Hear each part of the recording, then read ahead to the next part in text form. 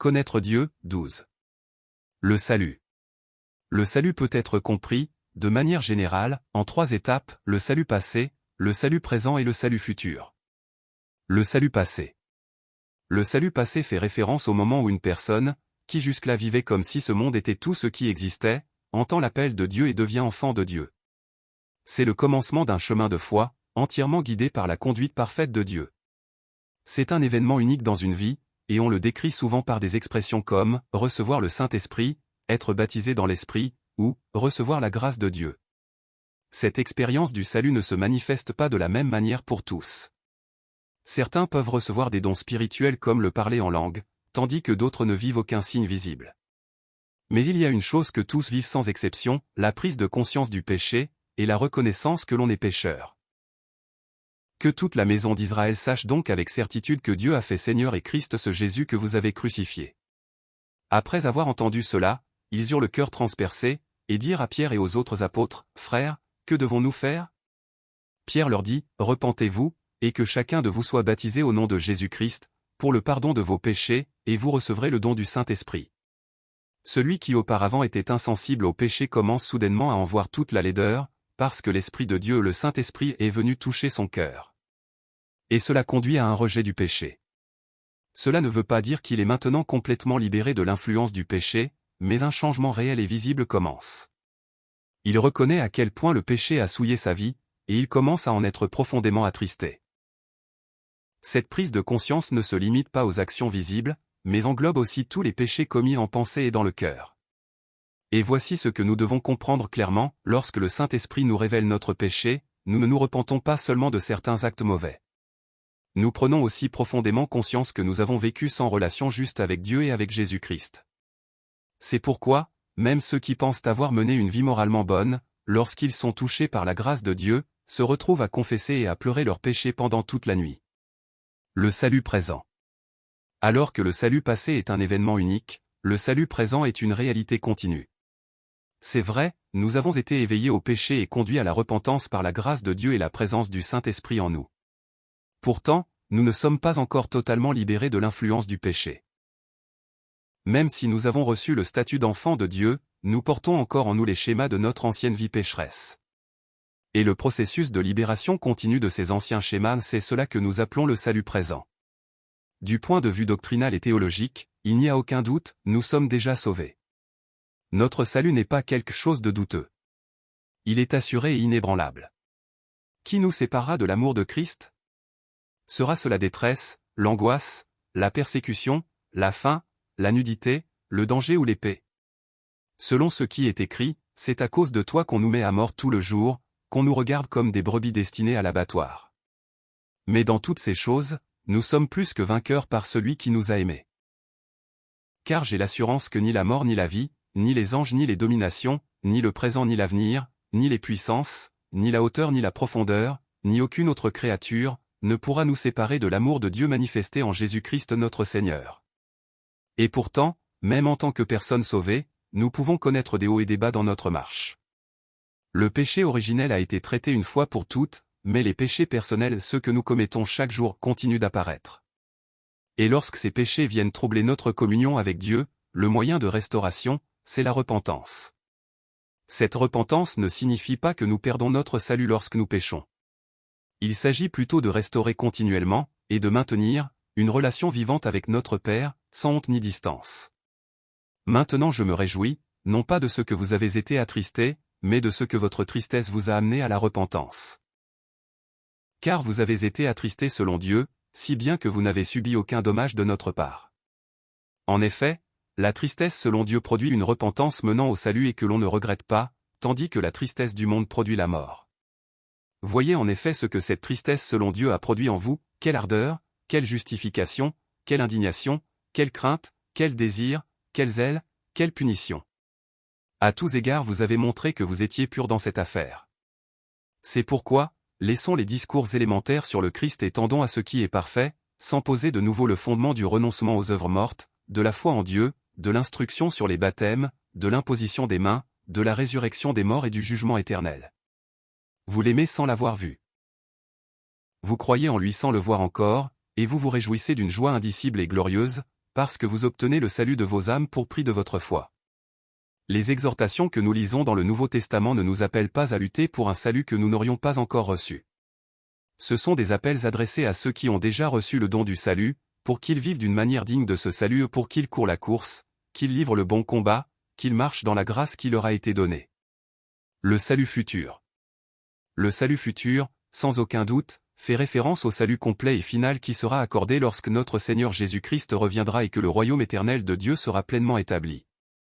Bien sûr, certains entreront dans le royaume de Dieu par la mort avant le retour du Christ, mais même alors, ce salut n'a pas encore atteint sa plénitude. Voici, en effet, ce que nous vous déclarons d'après une parole du Seigneur. Nous les vivants, restés pour l'avènement du Seigneur, nous ne devancerons pas ceux qui sont morts. Car le Seigneur lui-même, à un signal donné, à la voix d'un archange, et au son de la trompette de Dieu, descendra du ciel, et les morts en Christ ressusciteront d'abord. Ensuite, nous les vivants, qui serons restés, nous serons enlevés ensemble avec eux sur des nuées, à la rencontre du Seigneur dans les airs, et ainsi nous serons toujours avec le Seigneur. Le salut futur est l'accomplissement du salut. Si le salut passé a commencé par l'appel de Dieu, son invitation souveraine à alors demeurer avec Dieu dans son royaume éternel, c'est la pleine réalisation de ce salut. Toutefois, nous ne devons pas penser au salut comme quelque chose de seulement futur. On ne peut parler du salut futur sans parler du salut passé et du salut présent. Et de la même manière, le salut passé et le salut présent ne sont pas complets en eux-mêmes sans le salut futur. Même si nous l'avons divisé en passé, présent et futur pour mieux expliquer, en réalité, le salut est une œuvre continue. Si le salut passé a commencé par l'œuvre souveraine de Dieu, il doit nécessairement se poursuivre dans le processus du salut présent et s'achever dans le salut futur. Cette œuvre de salut ne sera jamais interrompue ou brisée par quoi que ce soit, car c'est l'œuvre du zèle de Dieu. Si quelqu'un est enfant de Dieu, s'il a expérimenté le commencement du salut dans le passé par l'appel de Dieu, alors, même avec tous les hauts et les bas de la marche présente, il parviendra, au temps parfait de Dieu, à ce salut futur, le salut éternel. Mauvaise compréhension du salut. Le but ultime et la direction du salut, tels que révélés dans les Écritures, sont la restauration de notre relation avec Dieu le Père. Il arrive que certaines personnes disent avoir été sauvées lorsqu'un problème ou une crise a été résolu. Mais ce n'est pas la l'essence du salut selon la Bible. La Bible déclare clairement que Jésus-Christ seul est le véritable Sauveur.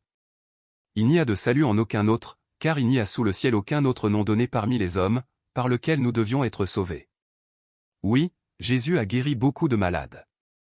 Jésus parcourait toute la Galilée, il enseignait dans les synagogues, prêchait la bonne nouvelle du royaume et guérissait toute maladie et toute infirmité parmi le peuple. Mais Jésus n'est pas venu simplement pour guérir les malades. Ses trois ministères principaux sur la terre étaient, proclamer le royaume de Dieu, enseigner sur le royaume, et guérir les malades comme signe du royaume. Autrement dit, il guérissait pour révéler la restauration et la perfection qui seront pleinement réalisées dans le royaume de Dieu. La guérison était un moyen d'expliquer le royaume, pas un but en soi. Les Écritures enseignent clairement pourquoi Jésus est venu dans le monde. Il est venu pour accomplir la loi, non pour apporter la paix, mais l'épée, pour provoquer la division, et pour jeter un feu sur la terre. Il est venu pour donner sa vie en rançon pour beaucoup, pour prêcher l'Évangile, pour donner la vie, et la vie en abondance à ses brebis, et pour détruire les œuvres du diable. Mais au cœur de tout cela, son but le plus fondamental était d'appeler et de sauver les pécheurs. Elle enfantera un fils, et tu lui donneras le nom de Jésus, c'est lui qui sauvera son peuple de ses péchés. Allez apprendre ce que signifie « Je prends plaisir à la miséricorde, et non au sacrifice.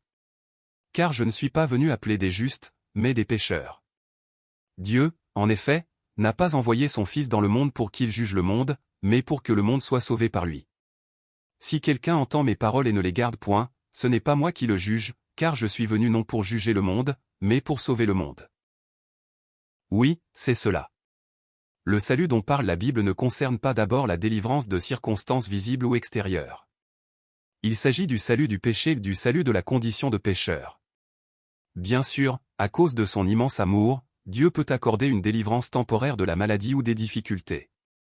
Mais nous devons comprendre clairement que cela n'est ni le but ultime, ni l'essence véritable du salut. Si cette aide temporaire ne conduit pas au véritable salut de l'âme, alors on ne peut pas l'appeler un salut biblique. Non pas pour être sauvé, mais comme des sauvés. Les aspects passés, présents et futurs du salut sont tous entièrement l'œuvre de la volonté souveraine de Dieu. C'est Dieu qui commence, et c'est Dieu qui accomplit. Mais nous comprenons souvent mal l'ordre de ce salut.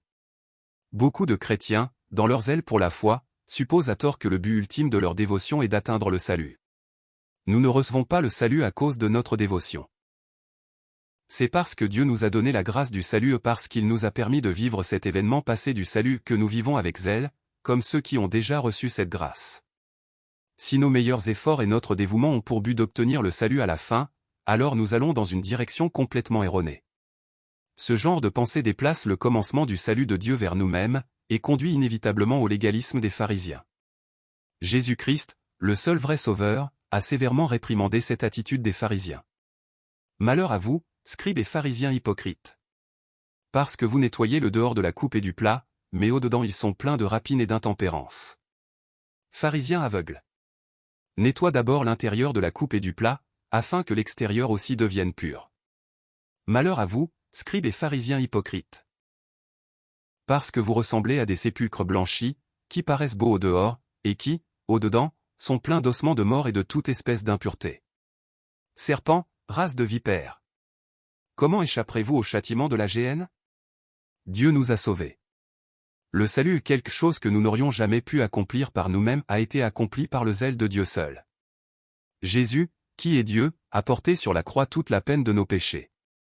Et par grâce, Dieu a offert ce sacrifice expiatoire à ses enfants, nous appelant les siens, faisant de nous des fils et des filles de Dieu, sauvés.